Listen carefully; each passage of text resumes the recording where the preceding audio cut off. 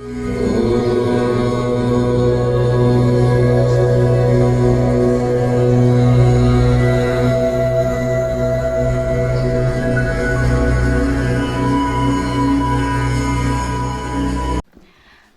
मैं उद्बोधन हेतु बुलाना चाहूंगी मुख्य वक्ता प्रोफेसर सीपी त्रिवेदी जी को, सेवानिवृत्त प्रधानाचार्य गवर्नमेंट कॉलेज मध्य प्रदेश।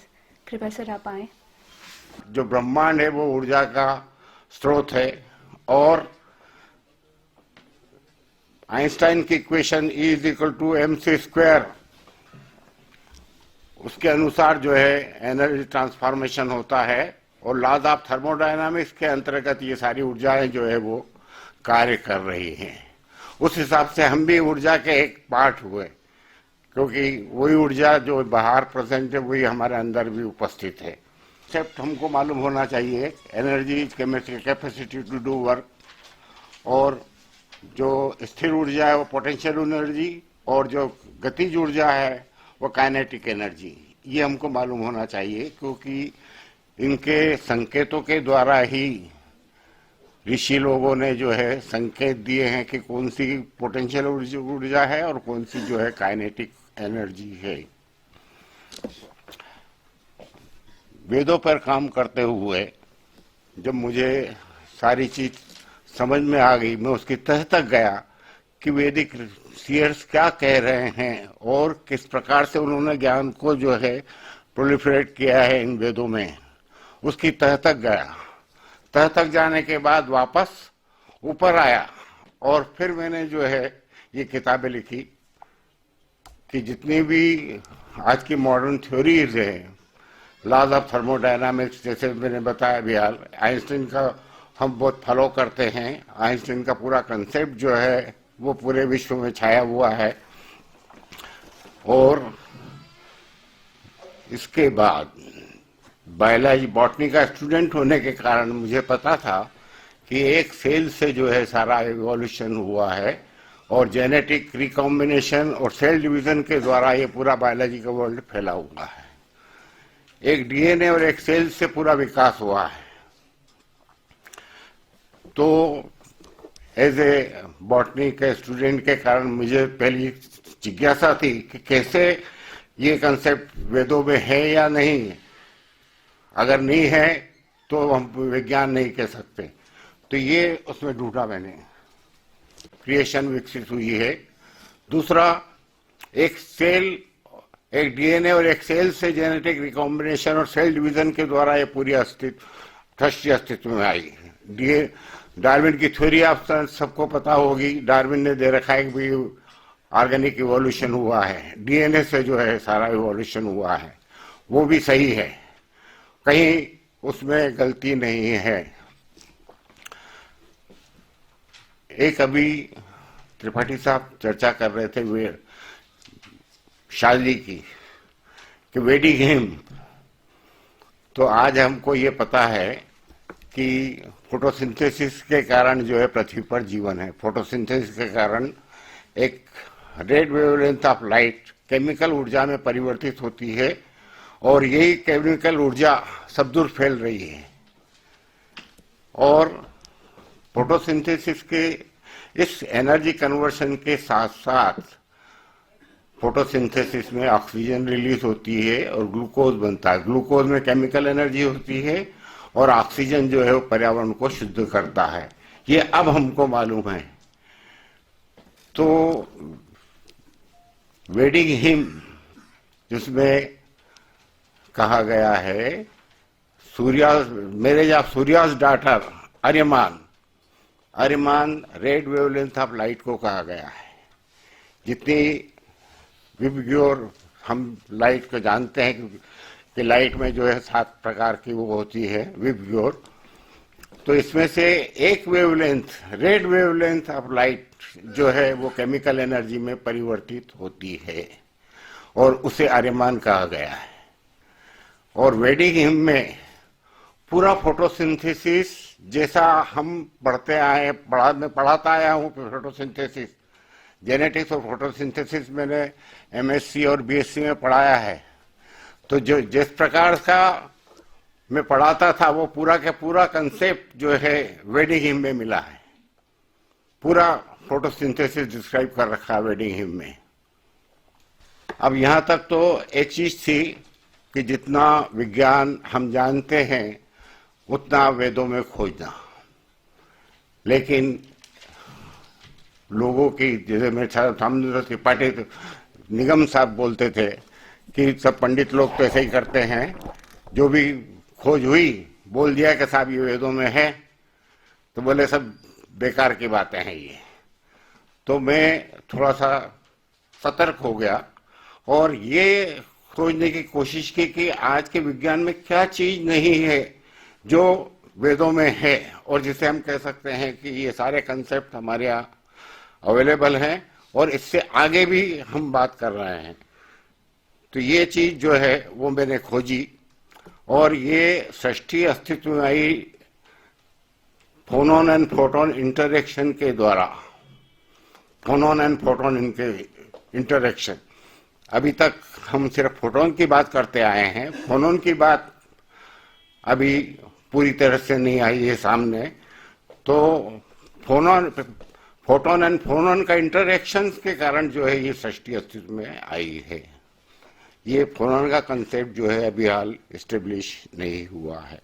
वैसे ही डीएनए का कंसेप्ट पूरा है, लेकिन डीएनए कैसे एक्टिवेट होता है, कौन सी चीज है जो इसे स्टिमुलेट करती है, वो ज्ञान नहीं है।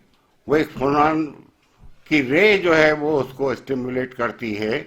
ये विज्ञान के लिए एक नई वो है। मेरी एक नई किताब आई है, phonetic consciousness, DNA instrument of life. तो ये मेरा वो है कि डीएनए जो है खाली इंस्ट्रूमेंट है और इसको फोनेटिक कॉन्शियसनेस, एक फोनोन की रे वेव, वो स्टिमुलेट करती है और इसी के द्वारा जो है पुनर्जन्म को की व्याख्या की जा सकती है। मेरी किताब है वैदिक सेल बायोलॉजी,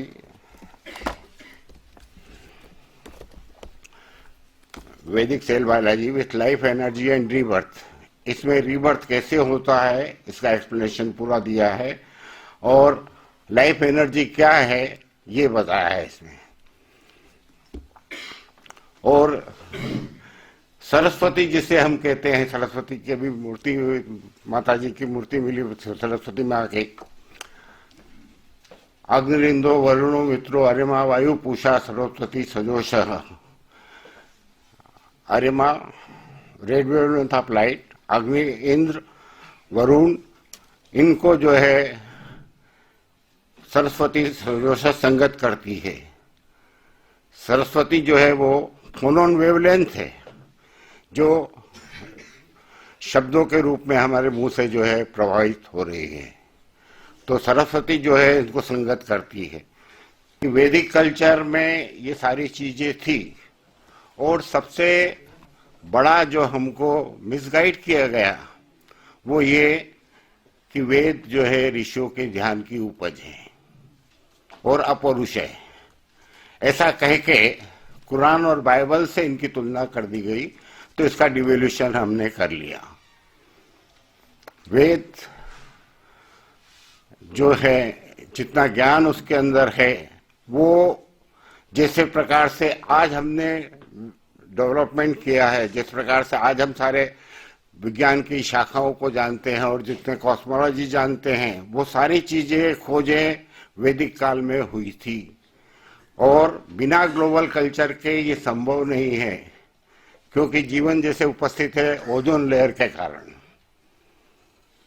ओजोन जो है टॉक्सिक अल्ट्रावायलेट रेज को जो है एब्सॉर्ब कर लेती है और विजिबल लाइट जो है वो हमारी पृथ्वी पर आती है, तो उसके कारण से पृथ्वी पर जीवन है। अगर ओजोन लेयर नहीं होती तो जीवन संभव नहीं था। कोई क्लोरोफिल जिंदा नहीं रह सकता है इन अल्ट्रावायलेट रेस के उपस्थिति में। तो ये सारी खोजें हुई थी उस समय और इससे मैंने ये निष्कर्ष निकाला कि वैदिक कल्चर जो है पूरे विश्व में फैला हुआ था। खाली भारत ही नहीं, पूरे विश्व को उसने जो है प्रभावित किया था। और ये मैक्स प्लांक सोसाइटी का एक वर्क है कि 18,000 साल पहले पृथ्वी पर हिमयुग आया था, और आज की जो परिस्थितियां हैं, ग्लोबल वार्मिंग और ओजोन डिप्लेशन की जो समस्याएं हैं, वो 18,000 साल पहले पृथ्वी के ऊपर विकसित हुई थी। और उसके बाद हिमयुग आया था, और साइबेरिया और अलास्का के बीच में एक लैंड ब्रिज फॉर्म हुआ था, जिसे क्रॉस करके लोग बाग जो है वो बच गए। तो वेद विज्ञान, वेद का ज्ञान कम से कम 18,000 साल पुराना है। इसको समझने के लिए जब सारी ऋचाओं के ऊपर ध्यान दिया, सारे वैदिक हिम्स के ऊपर ध्यान दिया, तो जितने ऋषि हैं वो उनको फैमिली बुक्स कहा गया है कि ऋषियों की जो है वो मंडल जो है वो फैमिली बुक्स हैं। तो वैदिक सीयर्स जो है वो समय के, तत्कालीन समय के साइंटिस्ट थे, और जो अपने छात्रों को पढ़ाते थे उसका संकलन ऋग्वेद में। वो कंटेम्प्रेरी इंस्टीट्यूट के हेड ऑफ द डिपार्टमेंट थे, और उनकी संस्था में जो पढ़ाया जाता था उसका संकलन ये ऋग्वेद में। और ऋग्वेद के बाद ऋग्वेद बच गया, क्योंकि फोनेटिक्स के द्वारा उसको इस प्रकार से ढाला गया था कि कोई लय नहीं टूटती थी, कोई मंत्र जो है वो ब्रेक नहीं होता था, कोई शब्द ब्रेक नहीं होता था। और उस कारण से, फोनेटिक्स के कारण जो है वेदों की श्रृंखला हम तक पहुंची है श्रुति स्मृति के द्वारा। इसे श्रुति स्मृति कह सकते हैं, क्योंकि ये पीढ़ी दर पीढ़ी जो है हमारे तक आया है। ग्लोबल कल्चर की जब मैंने बात की कि ग्लोबल कल्चर था, तो grand Canyon Arizona north America में है। वहाँ अंडरग्राउंड केव सिटी है जो वैदिक ऋषियों के द्वारा बसाया गया था। वेदों में निर्देशित स्थान कि कहाँ पर ऊर्जा का कलेक्शन हो सकता है, कहाँ वाइटल एनर्जी मिल सकती है, वो वाइटल एनर्जी कोलोराडो रिवर के किनारे पर एरिजोना में जो है ग्रैंड कैन्यन, वहाँ पर अवेलेबल हो सकती थी। ये निर्देशित उसमें किया गया था कि ये जो वैदिक ऋषि का कुटु है, डीएनए ऑन फ्लैग, पहले इंडस वैली की स्थापना हुई। इंडस वैली में जो है पूरा साइंटिफिक वो था। इंडस वैली, हड़प्पा, मोहनजोदड़ो की जो खुदाई हुई, उसमें लगाया कि ये पूरे साइंस से जुड़े हुए लोग थे और पूरे साइंस के ज्ञाता थे। लेकिन अंग्रेजों ने ये बता दिया कि ये भारतीय नहीं थे, भारत के तो जो है बाहर से आए और यहाँ आकर बस गए। आर्यन इन्वेजन थ्योरी उन्होंने दे दी। लेकिन सिंधु घाटी की सभ्यता से जो उसमें वैदिक सिंबल्स हैं, उससे पता चलता है कि वो वैदिक सिविलाइजेशन थी। मेरी पूरी किताब है इंडस वैदिक जेनेटिक्स, इंडस वैदिक सिविलाइजेशन।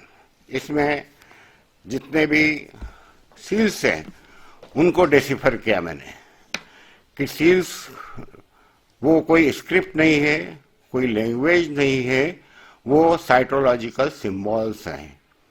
और उन सील्स के ऊपर वैदिक सिंबल्स जो है उकेरे हुए हैं। उससे पता चला कि ये वैदिक सिविलाइजेशन थी, जिसे कोई मना नहीं कर सकता है। ये पेट्रोग्लिफ है जो ग्रैंड कैन्यन में मिला है। ग्रैंड कैन्यन का भी पता नहीं है कि कौन सी सभ्यता थी वहां पर, कौन से लोग थे और कहाँ चले गए, ये कोई पता नहीं है। लेकिन जो चित्र और जो कलेक्शन स्मिथसोनियन इंस्टीट्यूट के पास में है, उससे क्लियर होता है कि ये साइंटिस्ट थे और इन्होंने जाइंट्स जो है वो प्रिपेयर किए थे और वाइटल लाइफ एनर्जी की खोज के लिए अंडरग्राउंड केव सिटी बसाया गया था। पिरामिड्स मिस्र के वो बसाए गए थे ताकि अंडरग्राउंड जियोमैग्नेटिक बेल्ट के करीब कौन सी एनर्जी बह रही है, कौन सी एनर्जी जो वाइटल एनर्जी है जिससे कि स्पेस के बाहर ट्रेवल किया जा सकता है, उस एनर्जी की खोज के लिए जो है ग्रैंड कैनियन और मिस्र के पिरामिड जो है बसाए गए थे। वहां के चित्र और पेट्रोग्लिफ इनका डिसिफरमेंट मैंने किया है।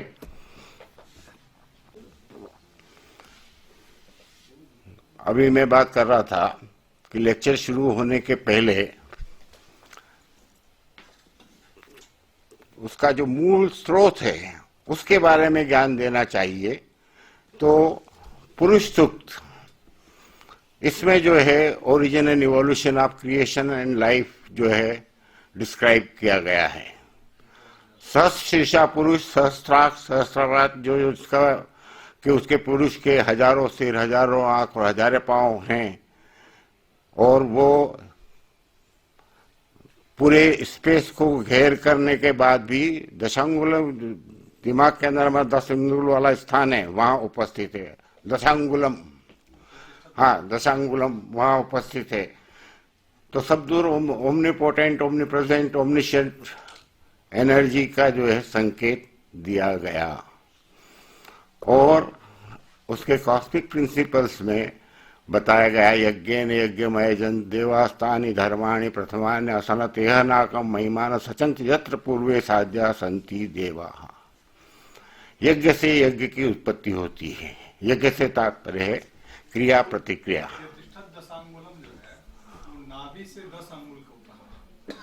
अब मैंने यहाँ लगाया 10 अंगुल, जो सोल की जो प्लेस है वो दशांगुलम, उसको वो लगाया।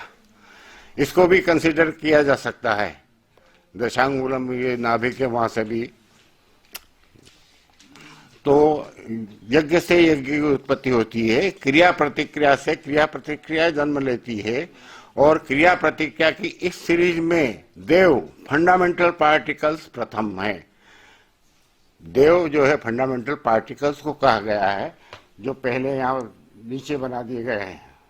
इवेंट को स्टिमुलेट करने के लिए फोनोन वेव होती है, जो वेव बता दी गई है, ये वेव। इससे जो है जीव जगत और दूसरे जो प्लैनेट्स है वो अस्तित्व में आए। आज हमको मालूम है गॉड पार्टिकल की खोज हुई, हिग्स फील्ड के अंडरलाइंग स्पेस से जो है एलिमेंट्री पार्टिकल्स को बाहर प्राप्त हुआ और एस्टेरॉइड्स और प्लैनेट्स अस्तित्व में आए। तो ये चीज जो है वो हिरण्यगर्भ सूक्त में बताई गई है।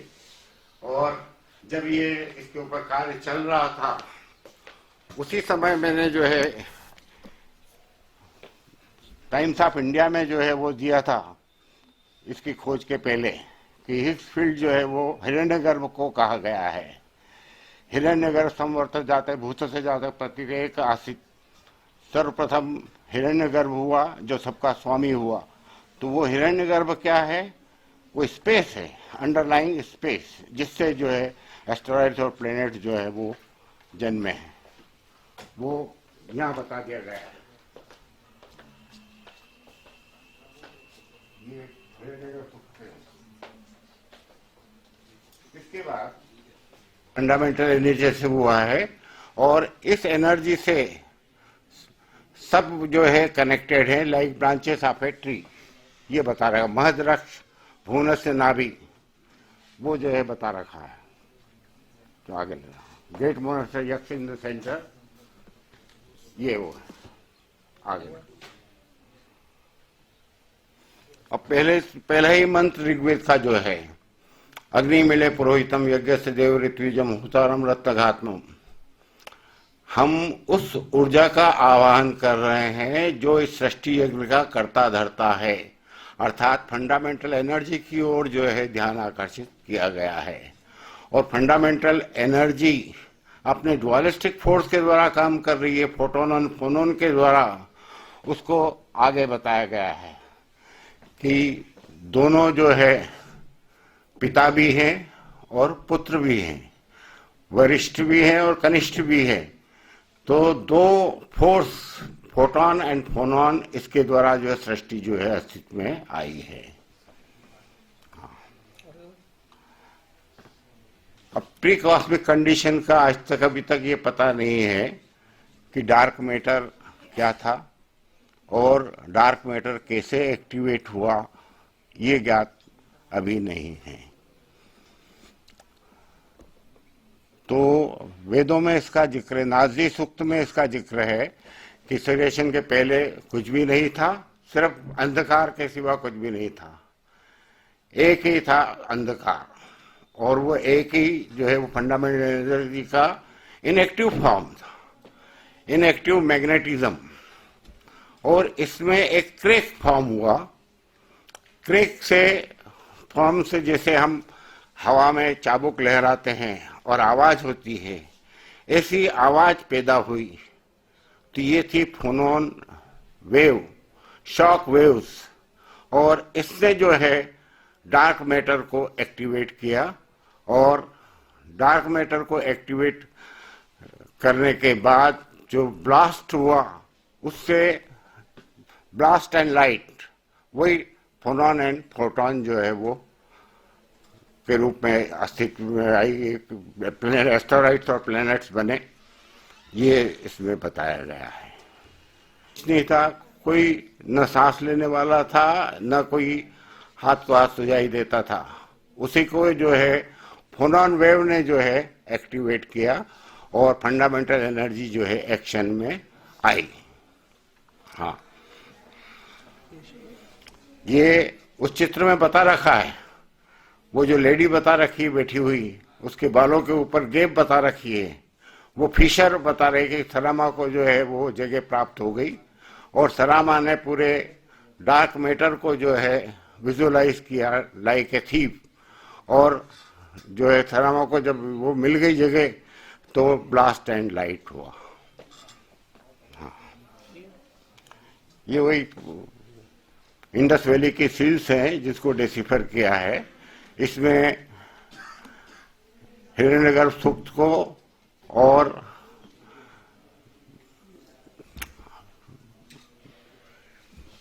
आगे और थोड़ा सा, ये डीएनए का डायग्राम है।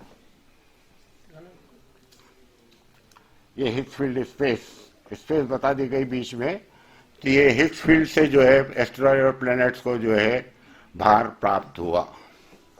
हाँ, ये डीएनए का वो है।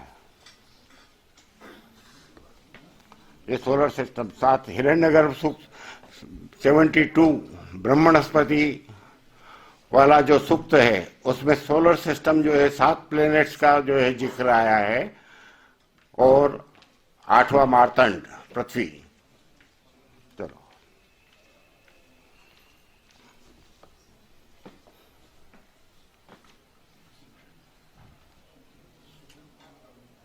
ये कैसे हाइड्रोजन जेट्स और इलेक्ट्रॉन से कैसे जो है स्पेस से जो है आगे मॉलिक्यूल सीरीज में फॉर्म हुए। It is like a molecular choreography, कि जैसे मॉलिक्यूल्स फॉर्म होते हैं तो molecular choreography, they copy their own cells, and in the same fashion DNA copy its copies in the like a molecular choreography.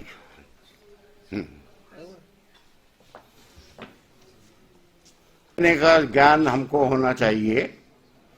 DNA, adenine and thymine, guanine और cytosine, ये 4 प्रकार के ही बेस होते हैं। एडेनिन, गुआनिन, थाइमिन और cytosine. Adenine के साथ में थाइमिन डबल बॉन्ड होता है, और गुआनिन के साथ साइटोसिन ट्रिपल बॉन्ड होता है। तो एक डीएनए से जब हम बात करते हैं, एक थोड़ा सा बीच में छूट गया है, वो पुरुष सूक्त जो आपने ने दिखाया,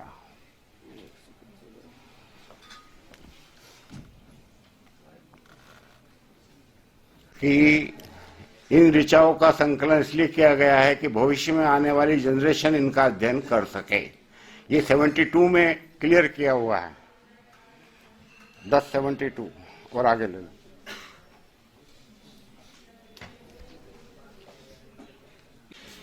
वेदों में जो नेचर और नेचुरल फोर्सेस की परिकल्पना की गई है वो मानवीय रूप में की गई है और मानवीय संवादों के द्वारा जो मॉलिक्यूलर रिएक्शन हो रही है उसकी तरफ ध्यान आकर्षित किया गया है।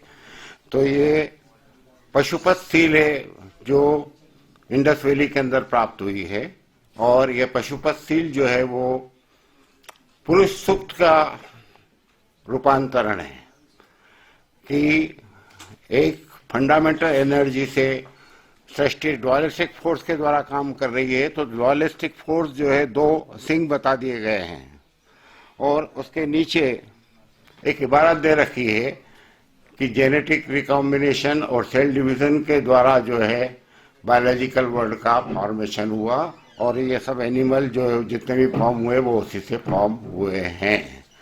और 1 से 4 जो हीव में ऋचाएं हैं उसमें लॉज ऑफ थर्मोडायनामिक्स डिस्क्राइब कर रखा है। पुरुष एवेदम सर्वम यद भूचम यच्च भाव्यम, पुरुष ही जो कुछ है और जो कुछ होगा वह पुरुष ही है। तो पुरुष की कल्पना, फंडामेंटल एनर्जी की कल्पना पुरुष रूप में की गई है वो उसमें बता दिया गया है। और ये एनर्जी ट्रांसफरेशन के द्वारा विकसित हो रही है। यह जो है इसके फूड के द्वारा बताया गया है कि ये इसका फूड है। जो भी सृष्टिया में दिखाई दे रही है वह फंडामेंटल एनर्जी का एक भाग है और इसका 3 भाग जो है वो ऊपर है। कृपा तो उधर ध्रुव 3 भाग जो है ऊपर है और एक भाग जो है वो हमको वो दृश्य जगत जो है हमें दिखाई दे रहा है।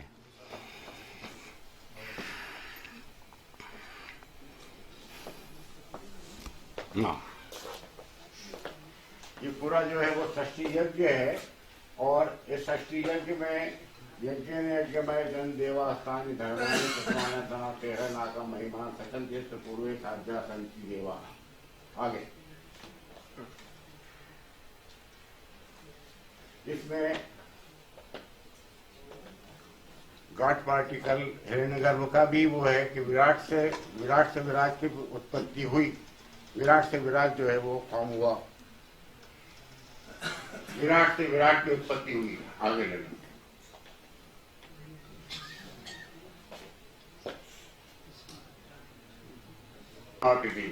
Greater still by food transformation, energy transformation के द्वारा यह विकसित होता है। और मिलो का बताते जा रहे हैं। ये 3 पाद जो है ऊपर है और एक पाद जो है वो हमारे दृश्य जगत है। 3/4 पुरुष went up, come forth, him again was here. Then they strode out in every side or what is and not what is. जो एनिमेट और इनएनिमेट क्रिएशन है वो इसके द्वारा अस्तित्व में आई है।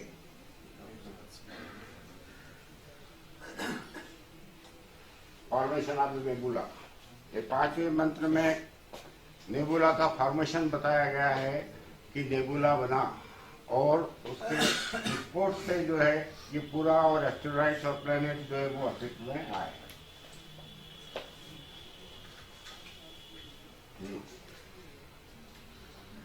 विराज प्राप्त हुआ और आगे ले।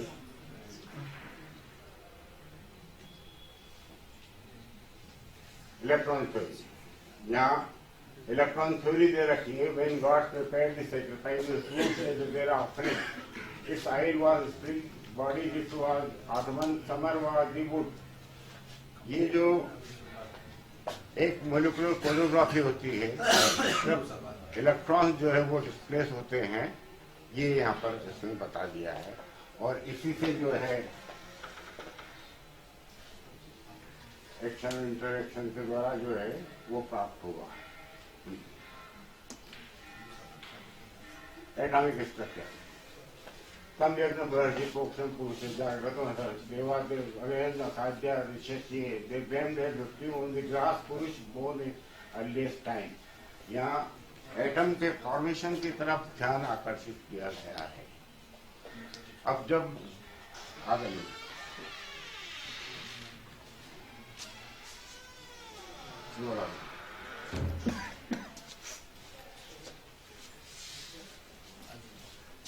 कंपोनेंट है वो ऐसे फंडामेंटल से प्रॉब्लम हो गए वो आगे वर्किंग प्रिंसिपल से इसी से लाइट पार्टिकल्स जो बनी है पैदा हुए हैं जो भी दो दांत वाले पीठ वाले जानवर है और मनुष्य वो इनसे हुआ है। अभी वे नाम देवता अभी अजा वह यहाँ मैंने थोड़ा सा वो किया है अभी उस देवता का नाम है जिसके कारण से वृक्ष हरे और फोटोसिंथेसिस करते हैं।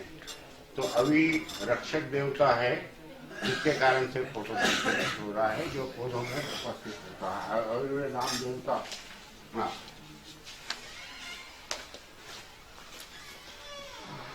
सोसाइटी बता दिए ब्राह्मणों से मुख्यवासी बाहु राज्य ने ग्राम शुरू जाया था। चलो आगे यहाँ ये बता दिया गया है ह्यूमन बॉडी माइक्रोपोज इनसाइड है मैक्रोपोज। जो चीज है बाहर दिखाई दे रही है उसको विजुअलाइज इस शरीर में भी किया जा सकता है मेडिटेशन के द्वारा। माइक्रोपोज इनसाइड है मैक्रोपोज।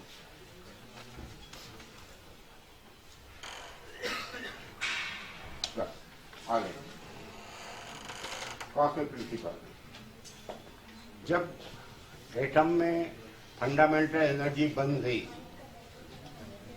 एटम के अंदर इलेक्ट्रॉन प्रोटॉन और न्यूट्रॉन होते हैं और इलेक्ट्रॉन बाहरी ऑर्बिट है और प्रोटॉन और न्यूट्रॉन मिलकर न्यूक्लियस बनाते हैं। इसके बीच में एक स्पेस होती है।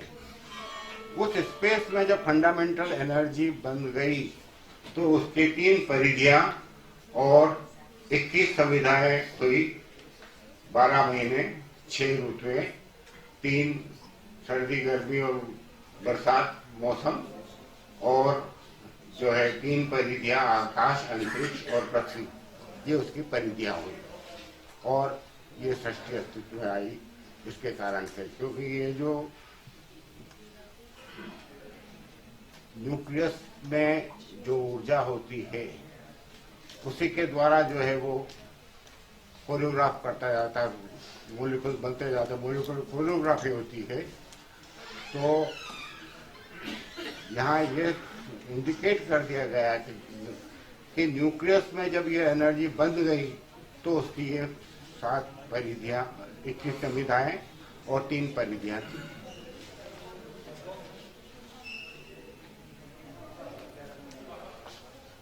सोलहवें मंत्र में यज्ञेन यज्ञमय जन देवास्तानि धर्मानि कसमाना समाप्त नाकम महिमान सचिन जस्य पूर्वे साध्या संति देवा। यज्ञ से यज्ञ की उत्पत्ति होती है। क्रिया प्रतिक्रिया से क्रिया प्रतिक्रिया जन्म देती है और क्रिया प्रतिक्रिया की इस श्रृंखला में इस सृष्टि यज्ञ में देव फंडामेंटल पार्टिकल्स प्रथम है। यही अपनी महिमा से अपने पूर्व की अवस्था तक पहुंचते हैं। अर्थात बायोजियोकेमिकल साइकिल बता दी गई है कि जो भी सिंथेसिस हुआ है उसका डिग्रेडेशन होता है और डिग्रेडेशन के द्वारा वो जो है अपनी पूर्व की अवस्था में पहुंचते हैं। अब आज का एक कंसेप्ट है कि building block of the creation is atom और building block of the living beings is DNA. इसे जो है बताया गया है 4 हॉर्न बफेलो इमिटेट। ये वो सीक्रेट ऑफ क्रिएशन में लिखा है।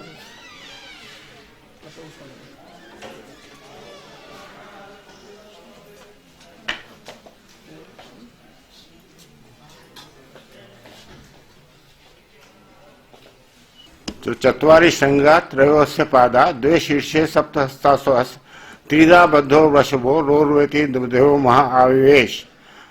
चत्वारि श्रृंगा 4 उसके सींग है। ये 4 सींग क्या है? एडेनिन, ग्वानिन, थाइमिन और साइटोसिन। 3 उसके पांव हैं। डीएनए ट्रिपलेट कोड के ऊपर काम करता है। तो जो ट्रिपलेट कोड है उसको 3 पांव के द्वारा बताया गया है।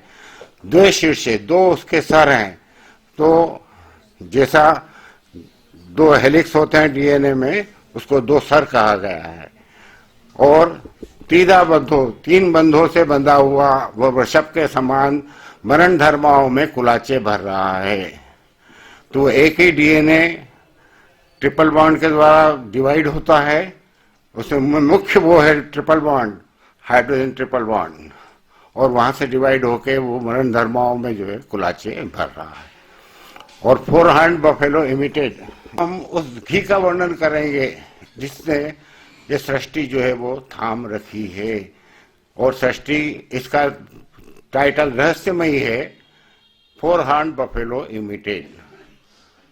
4 हॉर्न बफेलो इमिटेड मतलब ये कि 4 सींग वाली भैंस अवतरित हुई, इसलिए नाम दिया गया कि इलेक्ट्रॉन, प्रोटॉन, न्यूट्रॉन और एनर्जी, ये 4 कंपोनेंट है एटम के, जिसके द्वारा ये पूरी सृष्टि अस्तित्व में आई है।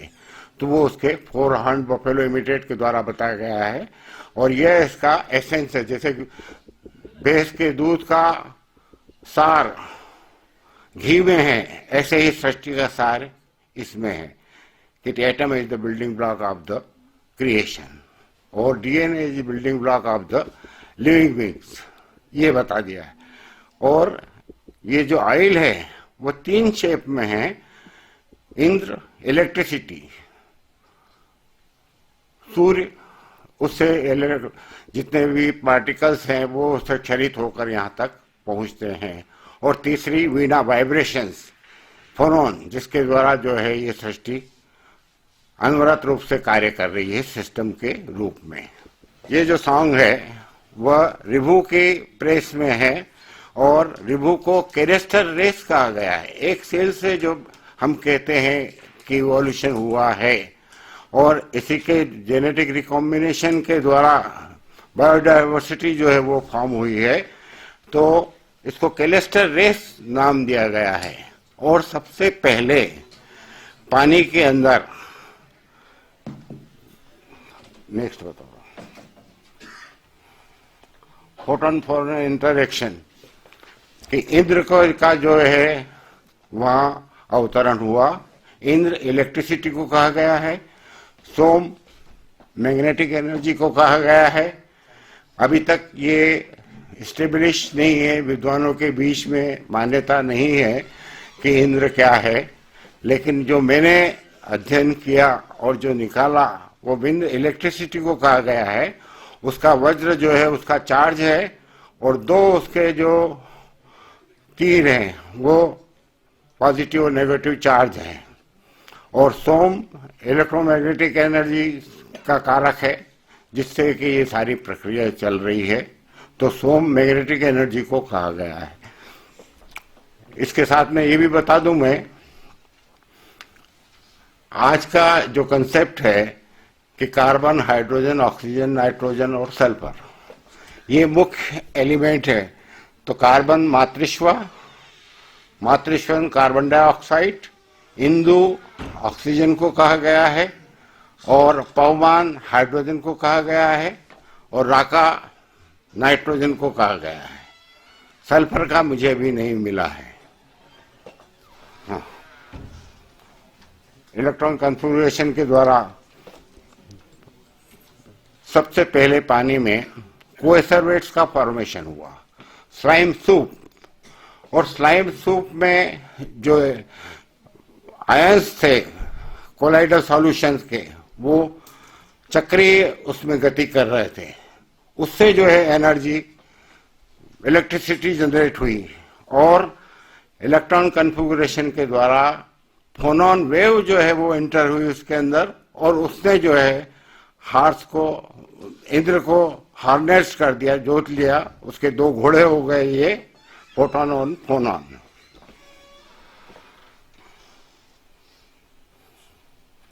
शुरू में जब कोएसरवेट्स फॉर्म होते हैं तो उनका मल्टीप्लिकेशन जल्दी हो जाता है, जल्दी बिखर जाते हैं, लेकिन धीरे धीरे उसमें डिवाइड होने की क्षमता आई। डीएनए, ट्विस्टा डीएनए को कहा गया है, ट्विस्टा उसमें इंटर हुआ और रिन्यूअल ऑफ पेरेंट्स सेल जो है वो नए सेल में कन्वर्ट हो गया, उसके पेरेंट्स जो है वो 4 में परिवर्तित हो गए, 1 से 2 और 2 से 4 सेल फॉर्म होते हैं, तो इसको रिन्यूअल ऑफ पेरेंट्स कहा गया है और त्वष्टा के द्वारा जो है ये इसको कैपेसिटी प्राप्त हुई, मल्टीप्लिकेशन, सेल डिवीजन, त्वष्टा डीएनए जो है उसमें प्रविष्ट हुआ और जो है सेल 1 से 2 और 2 से 4 में डिवाइड हुआ।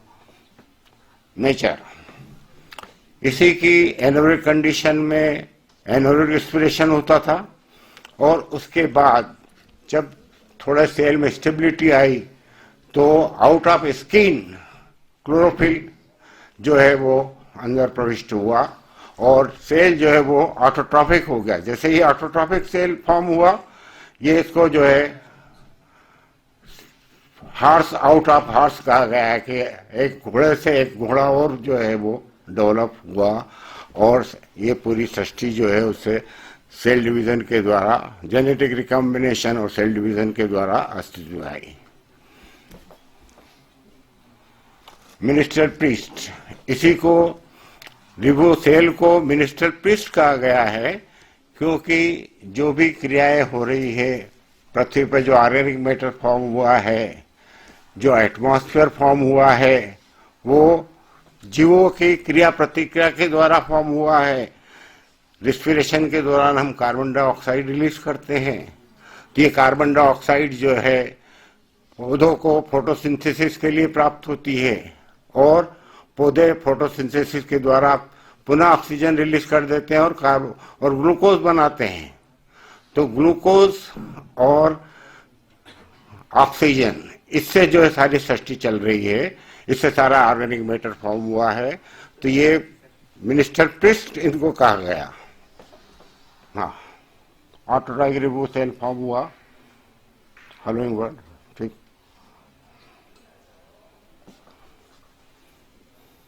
Division with genetic recombination and cell division. The first amino acid is synthesized 4.6 billion years ago.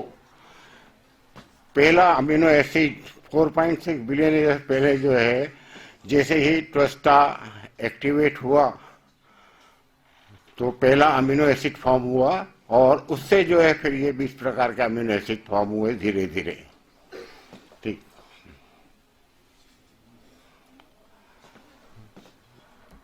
इसमें ये जो फोटॉन और फोनॉन 2 पिलर हैं जिसके द्वारा कि ये पूरी सृष्टि कार्य कर रही है। फोनॉन का अभी कंसेप्ट एक्सेप्ट नहीं हुआ है, ये नया कंसेप्ट है। रेस ऑफ रिबूस, इसको अलग अलग मनुष्यों ने अलग अलग ढंग से डिस्क्राइब किया है क्योंकि जिस प्रकार से आज हम चकित हैं कि जीवन क्या है, हम जानना चाहते हैं कि जीवन क्या है, कैसे चल रहा है, ऐसे उस समय भी खोज हुई थी। तो एक ऋषि ने उसे स्टीड हॉर्स कहा कि जैसे ही चेतना अवतरित होती है वह जो है द्रुत गति से अपने एंड की ओर जाती है, जिसके 3 स्टेजेस होती है, चाइल्डहुड, यंग और ओल्ड स्टेज, और वो एजिंग के द्वारा जो है वो हो जाता है।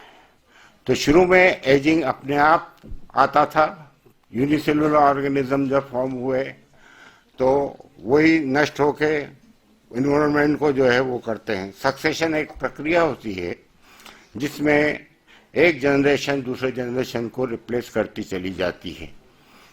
प्राइमरी सक्सेशन में ये जो प्रक्रिया बताई थी, प्राइमरी सक्सेशन की प्रक्रिया बताई थी जिसमें यूनिसेलुलर ऑर्गेनिजम्स फॉर्म हुए और इससे जो है सेकेंडरी ऑर्गेनिज्म जो है वो धीरे धीरे विकसित हुए, वो सेकेंडरी सक्सेशन। और इस सक्सेशन की प्रक्रिया में जब नया सेल फॉर्म होता है तो नाक की सीध में अपनी लाइफ साइकिल पूरी करने के लिए चला जाता है आगे। एक ऋषि ने उसे अश्वमेघ यज्ञ से जो है उसकी तुलना की है कि जैसे अश्वमेघ यज्ञ का घोड़ा तैयार होता है और वह सब दूर सफर करता है, जाता है, जीत का वो रहता है, ऐसे ही यह जीव जो फॉर्म हुआ है, जिस चेतना अवतरित हुई है, ये अश्वमेध यज्ञ का एक हिस्सा है। और इसमें अश्वमेध यज्ञ में जिस प्रकार से घोड़े को ऑब्स्टेकल आते हैं रास्ते में, ऐसे ही जीव के रास्ते में भी ऑब्स्टेकल आते हैं। इन सब ऑब्स्टेकल्स को पार करते हुए वो अपने अंतिम यात्रा की ओर अग्रसर होता है। और क्योंकि सेल डिवीजन के द्वारा और रिस्पिरेशन और फोटोसिंथेसिस के द्वारा जो गैसेस बनती है, ये पर्यावरण को वो करती है, इनरिच करती है। और जैसे ही सेल खत्म हुआ, जीवन खत्म हुआ, वो मिट्टी में मिल जाता है आदमी। और जैसे ही पौधे भी या जानवर भी, वो भी मिट्टी में मिल जाते हैं और ऑर्गेनिक मैटर की उसमें वृद्धि करते हैं। तो जीवनचर्या खत्म होने के बाद प्रकृति जो है उसका स्वागत करती है कि वो प्रकृति में हेल्प दे रहे हैं। और एक ऋषि ने कहा कि जो फ्लैश हम इकट्ठा करते हैं, जीवन पहला सेल से बना, एक सेल से मल्टीसेलुलर ऑर्गेनिज्म बना और उससे जो है ये पूरी बॉडी अस्तित्व में आई, जिसकी 3 स्टेजेस हैं, चाइल्डहुड, यंग और ओल्ड। तो इसमें जो फ्रेश इकट्ठा हुआ ये बूटी है कि इस युद्ध में, इस जीवन संग्राम में जो है ये बूटी इकट्ठी हुई है और इसके बाद ये मिट्टी में मिल जाएगा। तो ये कहा गया कि ये मरते नहीं हो तुम, तुम्हारे ये जो ऑर्गेनिक मैटर फॉर्म हुआ है और जो डीएनए है उससे तुमको पुनः जन्म मिलेगा।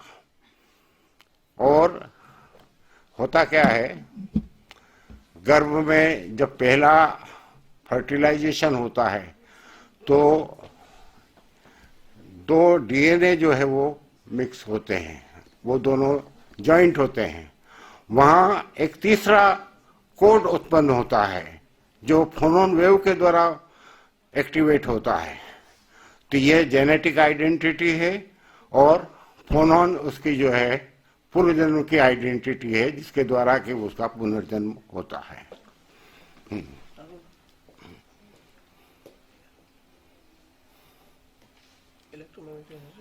हाँ, बाद देयर फादर, अब अभी मैंने बताया था कि बाद देयर फादर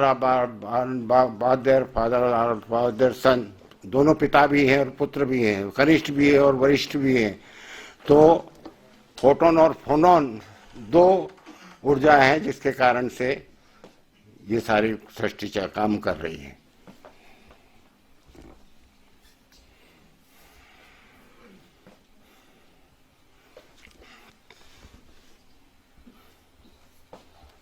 ये जेनेटिक कोड का है।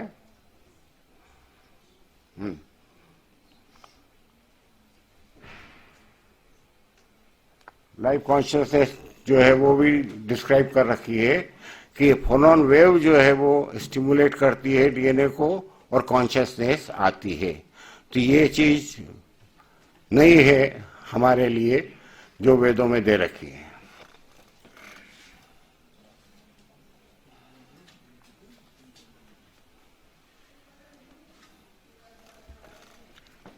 डीएनए को डॉपलगॉट के माध्यम से जो है वो डिस्क्राइब कर रखा है और रिभुओं के बीच में जो कन्वर्सेशन है उसके द्वारा ये बता रखा है कि डिकम्पोजिशन कैसे होता है और रिस्पिरेशन कैसे होता है।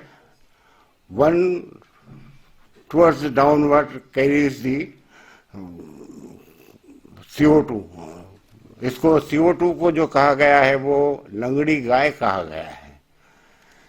इसलिए कहा गया कि कार्बन, हमारा शरीर कार्बन का बना हुआ है, कार्बन डाइऑक्साइड के द्वारा जो है फोटोसिंथेसिस होता है पौधों के द्वारा और ये सृष्टि चल रही है। तो कार्बन डाइऑक्साइड इम्पोर्टेंट है, लेकिन शरीर में रह जाए कार्बन तो घातक भी है, इसलिए उसे लंगड़ी गाय कहा गया है। रिस्पिरेशन के द्वारा कार्बन डाइऑक्साइड जो है वो रिलीज हो जाती है और माइक्रोब्स जो है वो डिकम्पोज करते हैं बॉडी को।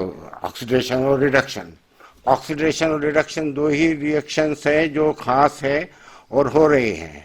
इनको इस ढंग से डिस्क्राइब कर रखा है कि दो युवतियां नृत्य करती हुई चली जा रही हैं, एक बूंदती है और एक काटती है, एक बूंदती है और एक काटती है। दोनों में से कौन पहली है ये समझ में नहीं आता है और दोनों ही अपने अंत को नहीं पहुंचती है। तो कार्बन डाइऑक्साइड रिएक्शंस जो चल रही है, साइक्लिक चेन रिएक्शंस हो रही है नेचर में, उनका कोई एंड नहीं है और वहां से पता भी नहीं चलता है कि कौन सी ऑक्सीडेशन है और कौन सी रेस्पिरेशन फर्स्ट है, ये पता नहीं चलता है। इसलिए कहा गया है कि दोनों में से कौन प्रथम है ये मालूम नहीं पड़ता है और दोनों अपने अंत को नहीं पहुंचती है। बॉडी के अंदर जब केमिकल रिएक्शंस होती है, साइक्लिक रिएक्शंस, तो ऑक्सीडेशन रिडक्शन रिएक्शंस के द्वारा ही होती है। और बॉडी जब डेड हो जाती है, पौधा मर जाता है, जानवर मर जाता है, उसके बाद उसका जो शरीर जो है वो ऑक्सीडाइज होता है ऑक्सीडेशन के द्वारा, पुनः वही रिएक्शंस जो है बाहर होती है, जिससे डिकम्पोज होके सॉइल में मिल जाता है, ऑर्गेनिक मैटर बन जाता है। और आगे ले लो।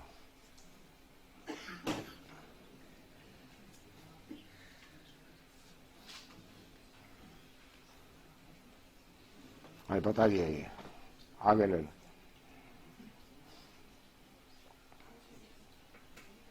हाँ बता दिया, पहले प्रोकैरियोटिक सेल बना और फिर यूकैरियोटिक सेल। प्रोकैरियोटिक सेल से मतलब है कि जिसमें न्यूक्लियस पूरा विकसित नहीं था, तो ओरिजिनल लाइफ में जो ट्रांसटा फॉर्म हो गया तो वो खाली जेनेटिक मटेरियल था।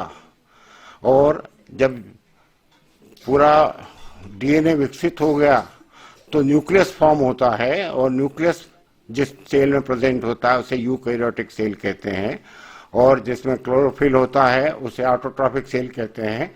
तो उससे जो है वो सेल डेवलप हुआ है।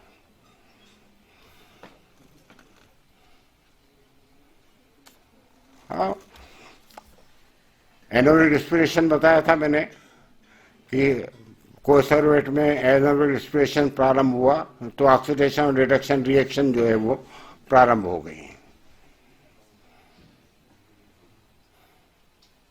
और आगे ले लो।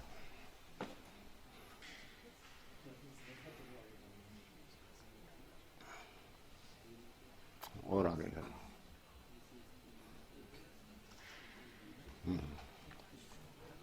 आगे ले लो, आगे ले लो।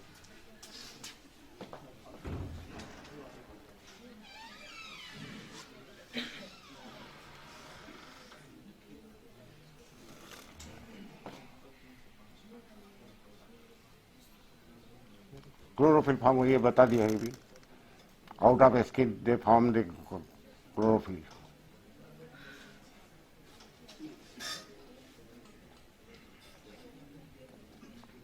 जेनेटिक्स लिया हो,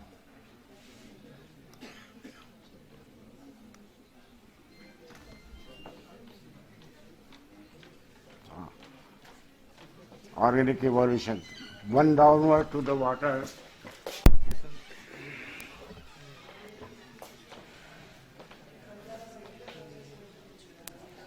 बोर्ड के ऊपर जो फूड मटेरियल इकट्ठा होता है ग्लूकोज के रूप में, उसका ऑक्सीडेशन होता है और ऑक्सीडेशन के द्वारा कार्बन डाइऑक्साइड रिलीज हो जाती है, इसलिए उसे ट्रिपल्ड का वो कहा गया है।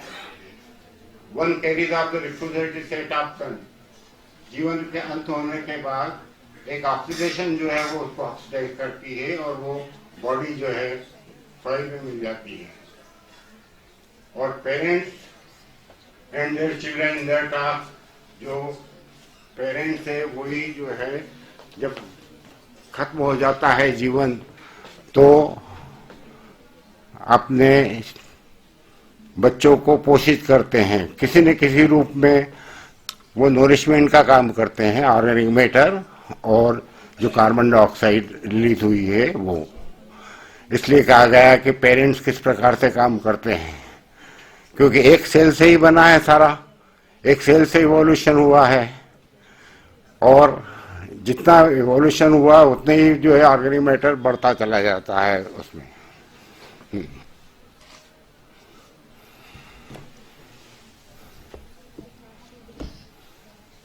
सिंथेसिस, हाँ, आगे ले लो। उसमें बता दिया गया है कि फोटोसिंथेसिस होता है।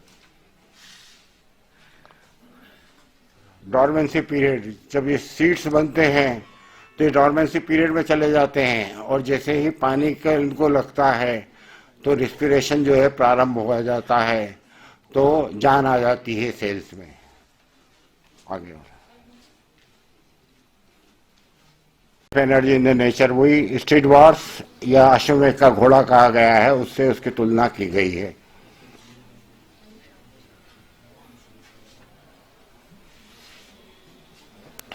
First life is originated on the earth in the water. ये बता रही है।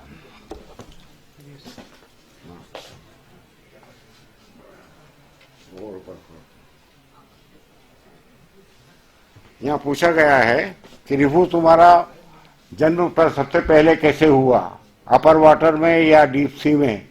तो बताया कि पानी के अंदर जो है पहला सेल फॉर्म हुआ, फर्स्ट लाइफ जो है वो पानी के अंदर जो है विकसित हुई।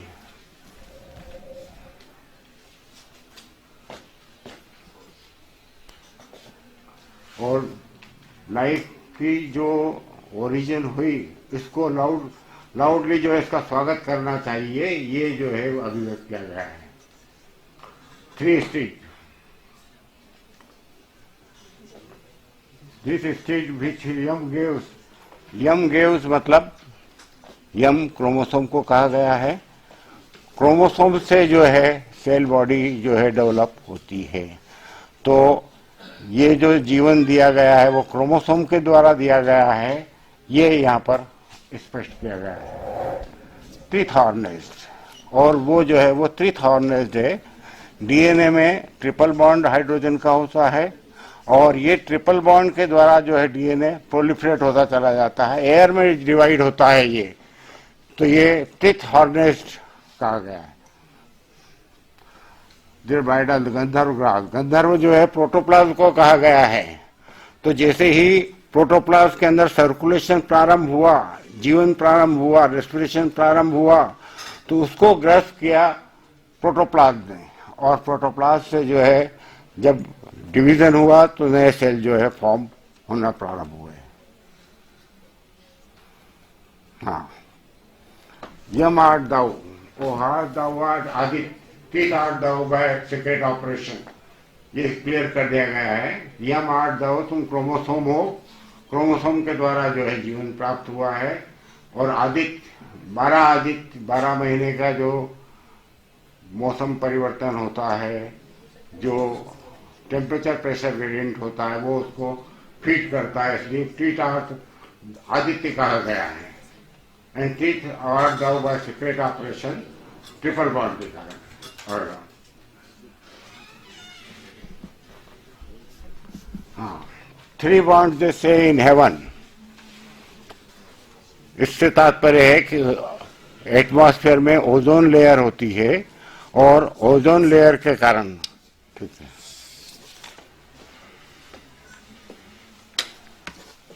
ओजोन लेयर के कारण जो है जीवन है, इसलिए कहा गया है 3 bonds in heaven and 3 bonds in ocean of life, triple bond of hydrogen, और 3 बॉन्ड पानी में H2O, हाइड्रोजन, ऑक्सीजन और निरंतर।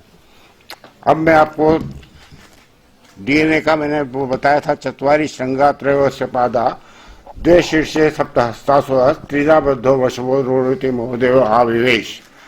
तो 4 उसके सींग है, एडेनिन, ग्वानिन, थायमिन और साइटोसिन।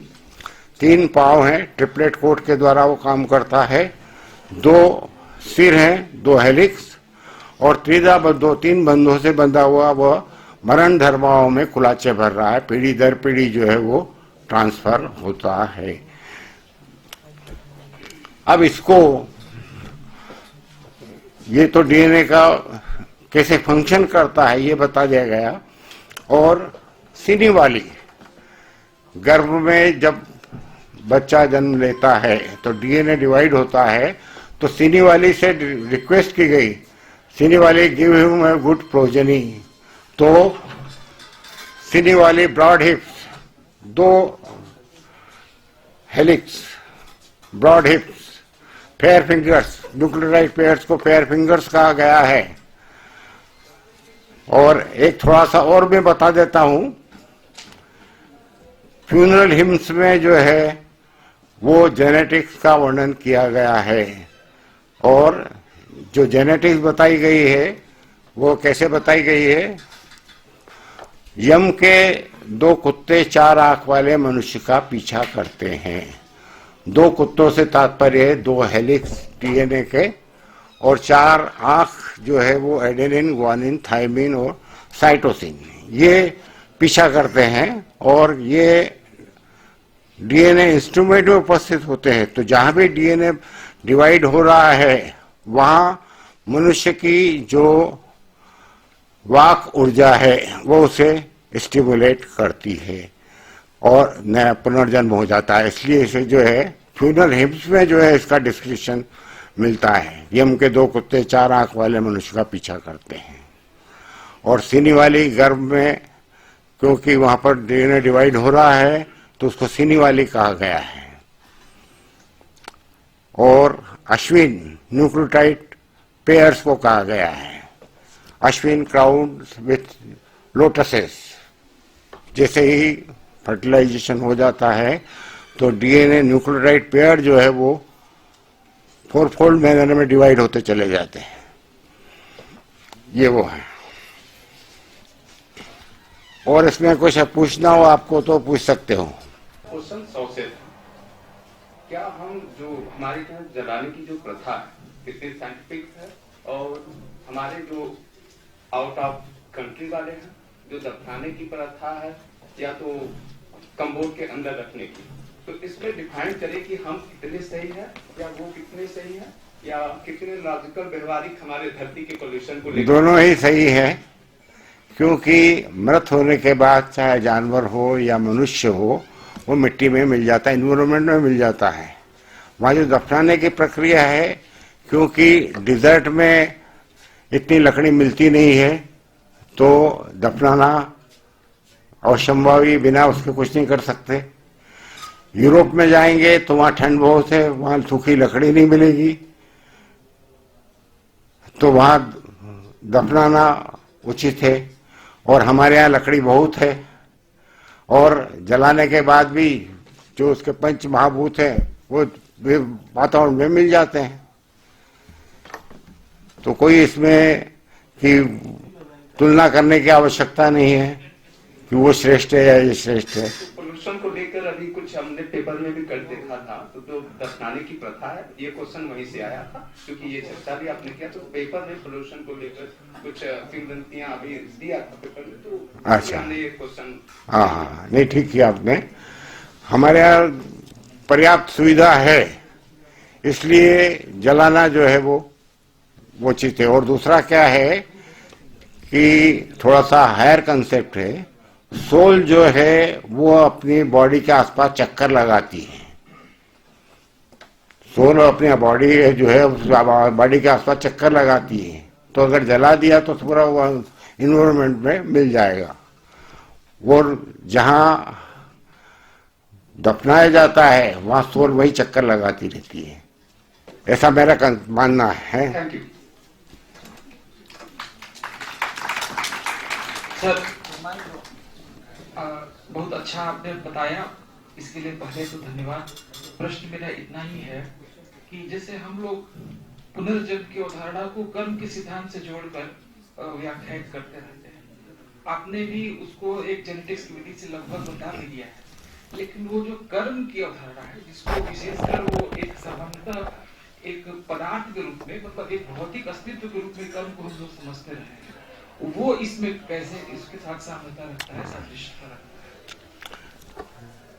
ये जो विचार और शब्द ये इमॉर्टल है, विचार और शब्द इमॉर्टल है, ये नष्ट नहीं होते हैं। मैंने जो बोला, आपने जो बोला, इन्होंने जो बोला वो पूरे ब्रह्मांड में फैल गया है। यहाँ से मैं बोला आप सुन रहे हैं तो यहाँ से कनेक्शन हो तो कहीं भी सुन सकता है आदमी पूरे ब्रह्मांड में, तो वैसे वो फैल गए हैं। और ये फोनोन जो शुरू में जिसने स्टिमुलेट किया डीएनए को, उसका विकास जो है शब्द और विचारों में हुआ है। तो फोनोन से जो है वो शब्द और विचार जो है वो जनरेट हुए हैं, और ये इमॉर्टल हैं, मरने के बाद भी नष्ट नहीं होते हैं और अपना इंस्ट्रूमेंट ढूंढते हैं। तो जो मेंटेलिटी होती है, उस मेंटेलिटी के अनुसार जो है वो पुनर्जन्म होता है। जहां डीएनए डिवाइड हो रहा है, वहां अगर वो मेंटेलिटी है तो वो विचार जो है वहां टाई डाउन हो जाते हैं और उसको स्टिमुलेट कर देते हैं डीएनए को, तो नया जन्म हो जाता है। सर, एक जिज्ञासा है मेरी, जो डीएनए का फर्टिलाइजेशन होता है तो उसमें जो जेंडर का निर्धारण होता है, क्या उसमें भी कहीं मिला है? एक्चुअली जेंडर का निर्धारण जो होता है, हाँ, क्या कहीं पर? जेंडर का निर्धारण होता है XX और XY क्रोमोसोम, दो पेयर होते हैं, XX और XY। तो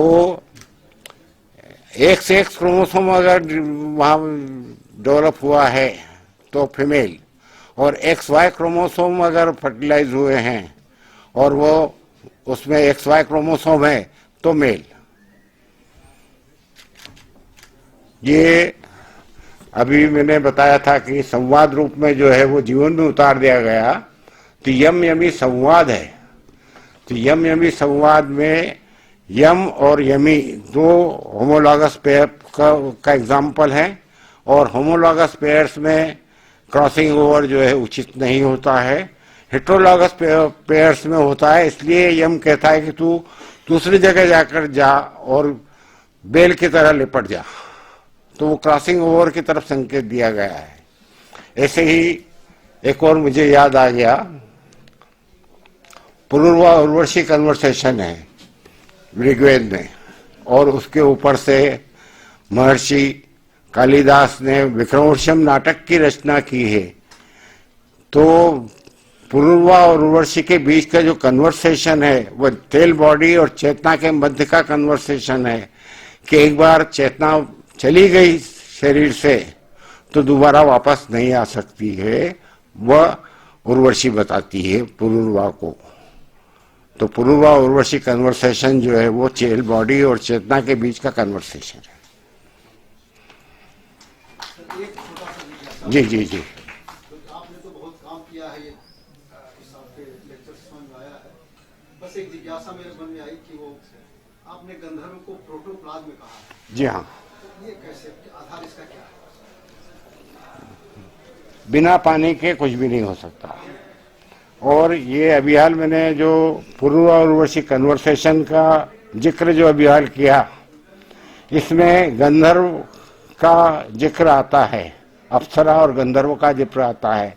तो अप्सरा जो है वो केमिकल रिएक्शन, जो साइक्लिक चेन रिएक्शन होती जाती है, उनको अप्सरा कहा गया है। और गंधर्व जो प्रोटोप्लाज्म है उसे गंधर्व कहा गया है कि तेरे को वापस जीवन मिलेगा गंधर्व से। वो क्योंकि जब कालिदास के सूत्र उसमें नाटक में ही है कि वो, और ऋग्वेद में भी है कि जब चेतना चली जाती है तो ये पुनर्वा क्रंदन करता है कि तुम वापस चली आओ, और वो बताती है कि अब मैं वापस नहीं आ सकती हूँ। जैसे हवा चली गई एक बार और वापस नहीं आती, ऐसे मैं भी चली गई हूँ वापस नहीं आ सकती हूँ। और उसने जो देखा पानी के अंदर गंधर्व और अप्सराएं क्रिया कर रही थी पानी के अंदर, तो वहां से संकेत मिलता है कि गंधर्व की ओर गंधर्व प्रोटोप्लाज्म है।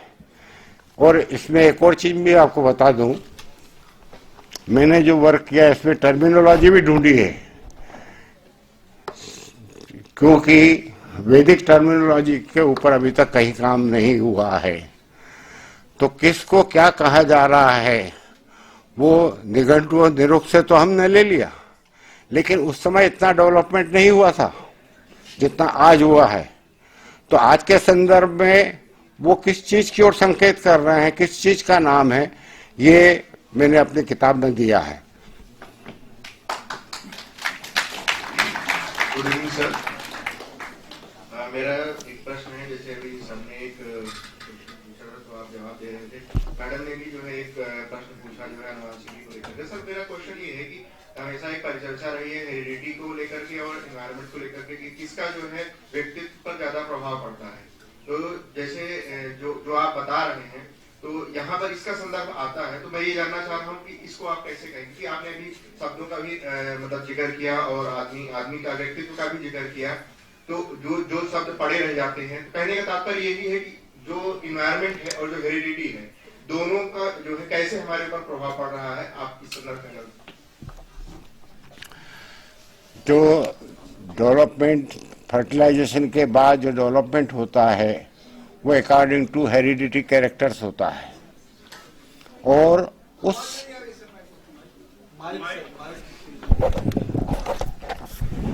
फर्टिलाइजेशन के बाद जो डेवलपमेंट होता है वो हेरिडिटी कैरेक्टर्स के अनुसार होता है। उसमें पेरेंट्स के जो गुण हैं वो उसमें आते हैं।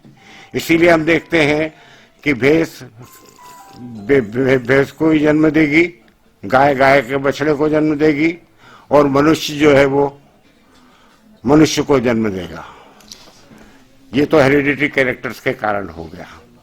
और इस डीएनए को उस समय स्टिमुलेट करने वाली जो वाक ऊर्जा है सरस्वती, वो जो है उसकी फोनोन आइडेंटिटी होती है।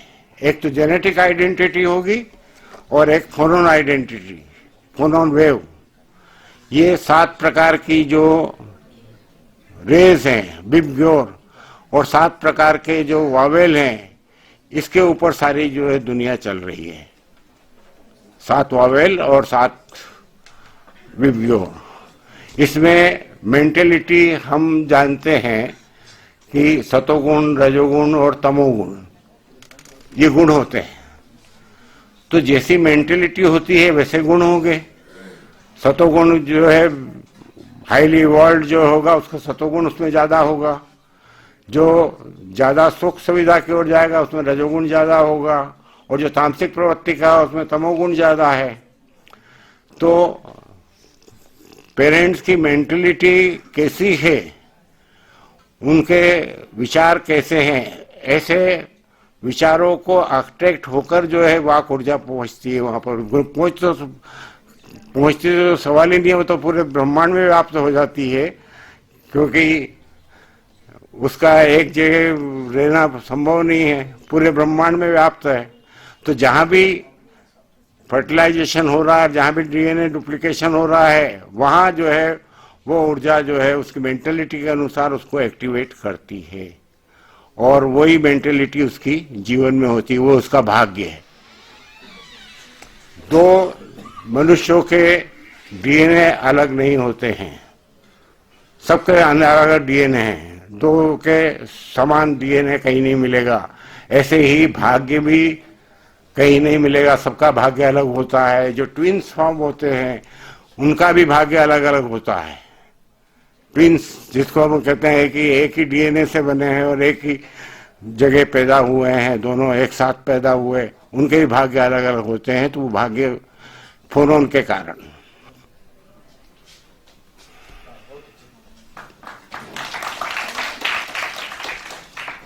बहुत अच्छा रहा सर।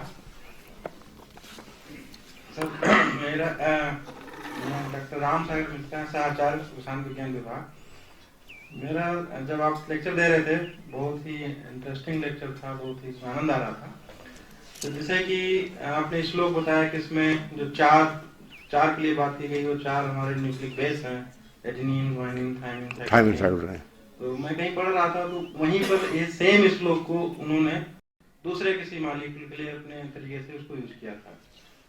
तो मैं इसमें मेरा थोड़ा ये कंफ्यूजन है, मैं रेक्टिफाई करना चाहता हूँ कि ये जो श्लोक है क्या सिर्फ डीएनए के ही तरह में किया गया, या हम सेम श्लोक को अलग अलग मॉलिक्यूलर फॉर्म में हम अपने सुविधा अनुसार यूज कर सकते हैं? इसको अलग अलग विद्वानों ने अलग अलग ढंग से इंटरप्रेट किया है।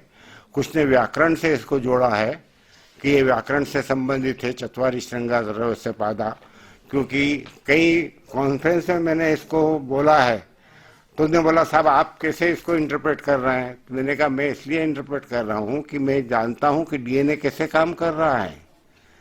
चत्वारी श्रृंगा जब यहाँ बता दे, सिंबल है ये 4, तो चत्वारी श्रृंगा त्रयोदश पादा, तो 4 उसके सिंग है, एडेनिन, ग्वानिन, थाइमिन और साइटोसिन। एडेनिन और थाइमिन, ग्वानिन और साइटोसिन। नहीं, वो 5वां वो उसी से प्यूरिन एंड पैरामिडिन, 2 बेस है खाली, एक प्यूरिन और दूसरा पैरामिडिन। प्यूरिन और पैरामिडिन की जोड़ी बनती है, तो एडेनिन और थाइमिन, ग्वानिन और साइटोसिन। तो यूरेसिल आरएनए में मिलता है। तो वो अपने हिसाब से जब ये देख लिया, त्रयोदश से पादा, 2 शीर्ष, 2 सर है, मतलब 2 वो है उसके हेलिक्स हैं, 2 हेलिक्स हैं, और त्रिधाबद्धो 7 उसके बॉन्ड हैं, सप्तहस्ता, तो 7 3 न्यूक्लियोटाइड पेयर के बीच में, ट्रिपलेट न्यूक्लियोटाइड पेयर के बीच में 7 बॉन्ड होते हैं हाइड्रोजन के, उसे 7 हाथ कहा गया है। और त्रिधाबद्धो ट्रिपल बॉन्ड से बंधा हुआ वो मरण धर्माओं में कुलाचे भर रहा है। तो मतलब ये वाला एक्सप्लेनेशन सही है, ऑथेंटिक है। वो जिन्होंने दूसरे टर्म में इसको अप्लाई, उन्होंने अपने ढंग से, क्योंकि वेदों का इंटरप्रिटेशन कई लोगों ने किया है और अपने अपने ढंग से किया है, लेकिन साइंटिफिक ढंग से किसी ने नहीं किया है। अभी तो ऐसा कोई वो नहीं आया जिसने साइंस के हिसाब से जो है इंटरप्रेट किया हो। और क्योंकि जब हम ये मान लें कि वेदों में कोई इतिहास नहीं है, कोई कहानियां नहीं है, ये तो नेचुरल डायटिस की जो एक्टिविटी है उसको मानवीय रूप में अभिव्यक्त किया गया है, और उसके हाथ, पैर और अवयवों के द्वारा उसकी क्रिया विधि को जो है की तरफ संकेत दिया गया है।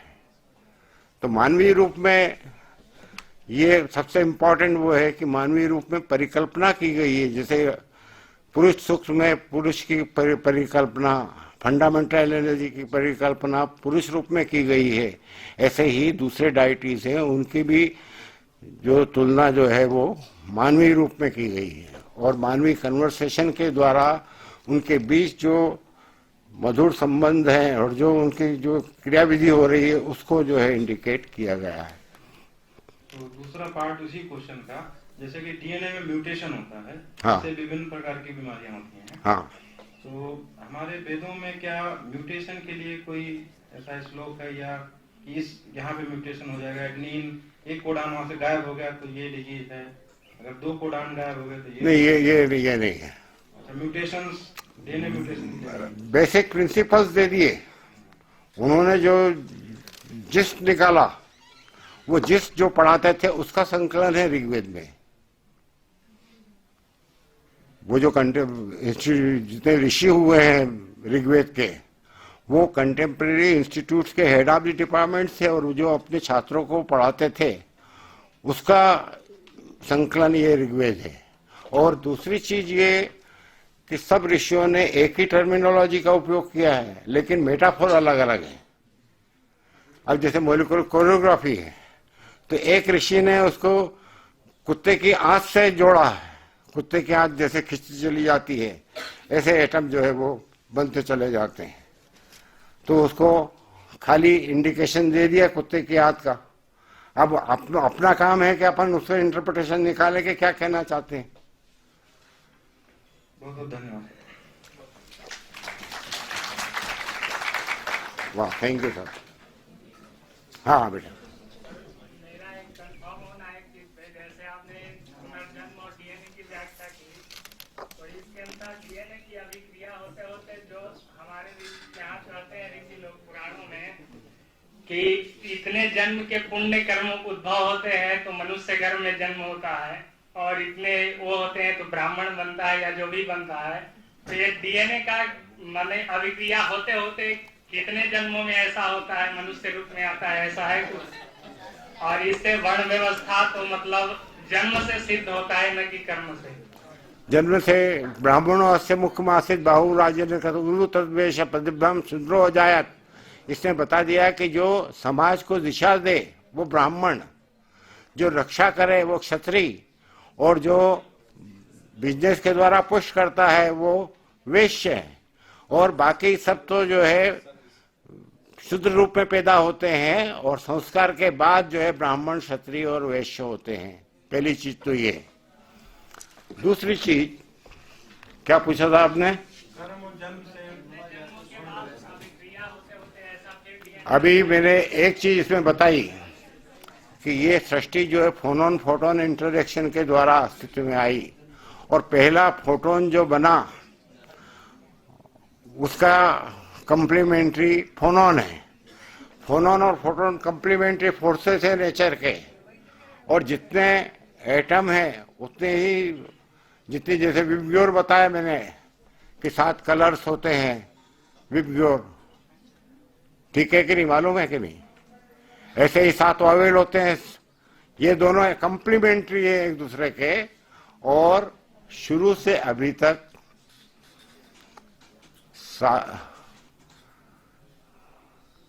84 लाख योनि के बाद मनुष्य जन्म मिला है। एक डीएनए से, जब हमने बोला कि एक डीएनए से जो है ये इवोल्यूशन हुआ है, एक सेल पहले बना और उसके सेल डिवीजन और जेनेटिक रिकॉम्बिनेशन के द्वारा पूरी बायोडाइवर्सिटी, पूरा बायोलॉजिकल वर्ल्ड जो है वो अस्तित्व में आया है।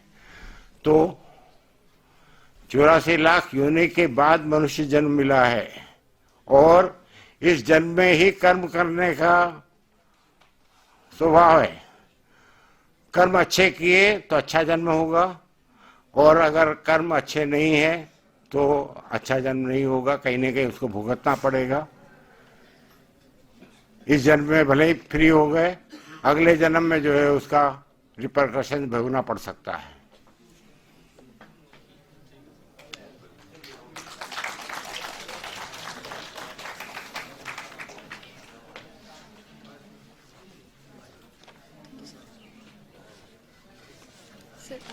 एक मिनट सर, आपने जो फोनॉन और फोटॉन की बात की, तो ये फोनॉन टर्म जो है ये एस्टैब्लिश टर्म है, मतलब या ये आपने... ध्वनि प्रतिध्वनि का एक सांकेतिक टर्म है। जैसे फोटोन को की रे होती है एक, जी जी, ऐसे ही फोनोन की रे होती है। अच्छा, फोनोन और फोटोन कंप्लीमेंट्री हैं दोनों। जी जी, जो लाइट की रेस चलती है वो वाइब्रेशन के द्वारा चलती है, तो फोटोन और फोनोन साथ साथ चल रहे हैं।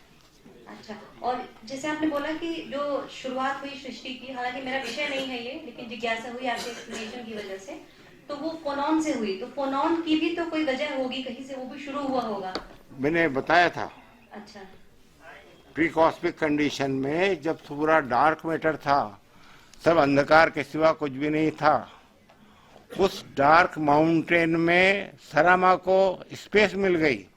वो कैसे मिली कि उसमें क्रैक फॉर्म हुआ डार्क मैटर में, और क्रैक जो फॉर्म हुआ उससे, जैसे हवा में हम चाबुक लहराते हैं तो आवाज होती है, ऐसी आवाज जनरेट हुई, तो वो शॉक वेव्स जनरेट हुई, फोनॉन वेव्स जनरेट हुई, और उन्होंने जो है, सरामा ने जो है उसको पूरे को एक्टिवेट कर दिया, पूरे थॉरोली विजुलाइज किया, जैसे थीप करता है, रेकी करता है ना, रेकी होती है, ऐसे उसने किया सरामा ने, और जो है डार्क मैटर एक्टिवेट हो गया। धन्यवाद।